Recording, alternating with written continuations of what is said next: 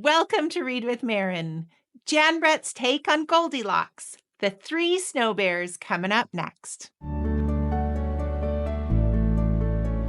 Let's begin. Come back! Aloo-ki shouted as her huskies floated out to sea. Oh no! She knew that an ice floe is a good place to fish, but it is a bad place to lose a dog team. Not far away, a snow bear family had just started to eat their breakfast, but it was way too hot for Baby Bear. Owie! Yowled Baby Bear. My breakfast burned my mouth! We'll go for a stroll and let the soup cool, Mama Bear said. Aloo-ki was running along looking for her dogs when she came upon the biggest igloo she had ever seen. Who lives here? She wondered. Aloo-ki ducked inside. Right away, she smelled something delicious. Across the room, she saw a big bowl, a medium-sized bowl, and a small bowl. Surely the good smell was coming from the 3 bowls. Hey, come here. Sorry for interrupting, but could you click the like and subscribe button wherever they're at down there? It really helps me to know what kind of books you like.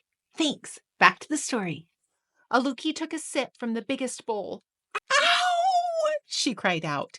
Too hot! She took a sip from the middle-sized bowl. Ew! Too cold!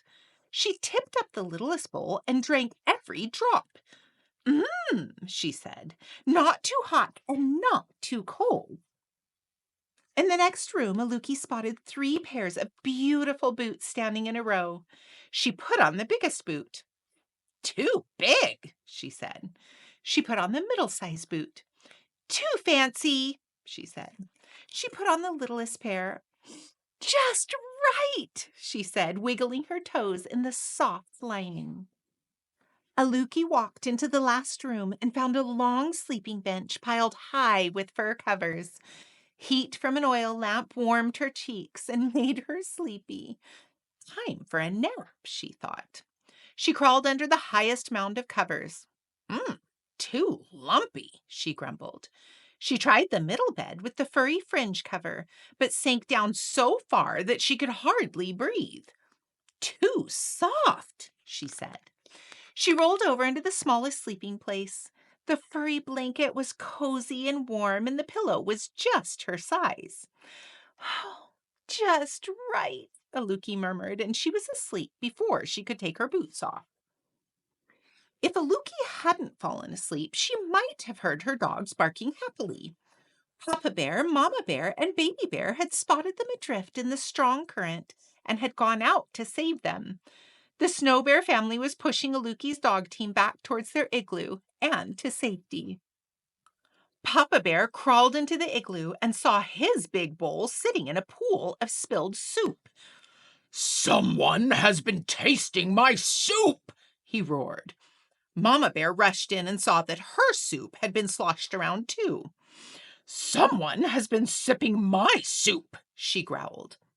Someone found my soup, sputtered Baby Bear in her high, squeaky voice, and they ate it all up. Papa Bear ran into the next room and saw his boots in the middle of the floor. Someone has been trying on my boots, he boomed in his big bear voice. Mama Bear put on her fancy boots. Someone has put these boots on, she huffed, and the fur is all bunched up. Baby Bear saw that her boots had disappeared. Someone has taken my boots and left behind these not as good ones, she wailed. The bears ran into their bedroom. Someone has been sleeping in my bed, Papa Bear bellowed. Someone has been sleeping in my bed too, Mama Bear cried. Baby Bear peeked at her little bed and squeaked. Someone has been sleeping in my bed, and here she is! Aloo-ki opened her eyes and saw the 3 bear noses only inches away. She hopped out of bed and dove between Papa Bear's huge, furry legs. Quicker than a seal, Aloo-ki ran from room to room until she burst outside. Her huskies bounced around, barking and smiling their doggy grins.